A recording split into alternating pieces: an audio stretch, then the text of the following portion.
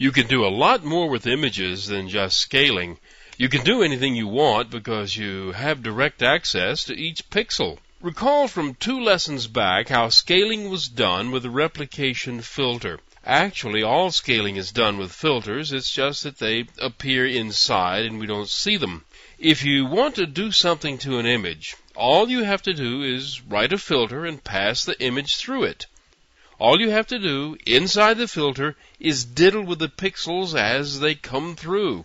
I have written such a filter. It doesn't do much. It just makes a picture darker by replacing all the colors by 2/3 of their original value. Now, here's what the program looks like.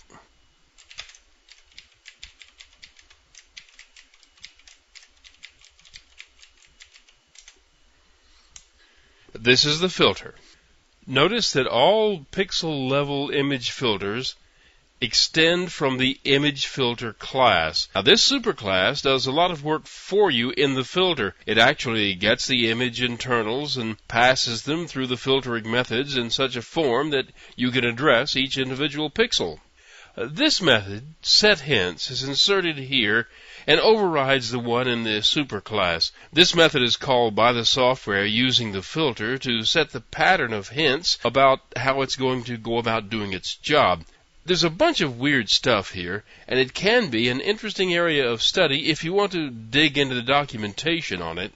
But the only thing you need to do is set the hint that determines the order that you want to receive the pixels. I like mine in top, down, left, right because that's the way I think of them appearing on the screen. If you want them in a different order, go ahead. But when you get tangled up about what's where, don't say I didn't warn you. Once you set your hints the way you want them, you'll need to call the method in the superclass so it can record the hint information. This method, setPixels, is the one that does all the work. As you can see, this method is called with a bunch of arguments that contain the numeric values of all the pixels and the size of the image itself. The stuff passed in can be the whole picture or it can be part of the picture. If the offset value is greater than 0, the stuff passed in is not the beginning of the picture. But this only happens if the picture is big enough to be sent through here in parts. It's usually the whole thing coming through, so the offset value is usually 0, but don't count on it. Now, the pixels themselves come in here as an array, but the actual content of the array is dependent on the color model, which is also passed in. By the way, if the scan size is less than the product of the height and the width, you haven't been sent the whole picture. This is the declaration of an integer array reference. This reference will hold the address of the array of colors for each pixel. Now, this array is where you're going to store the new pixels produced by this method. And everything is done in a loop. The outer loop is set up with px to count the pixels in the width, and the inner loop is set up with py to count the number of lines of pixels.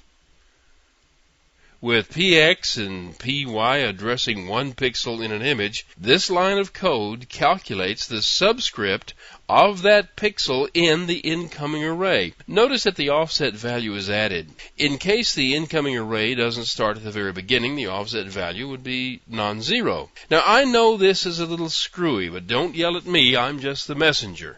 Now, right here, we have found the pixel we want to mess with. Each pixel is composed of the intensities of the 3 primary colors. Different color models pack the primary colors in different ways, so it's necessary to call the getComponents method of the current color model and have it break out the 3 color values for you. These 3 values are stored in the CO array, and now we've got something that we can mess with.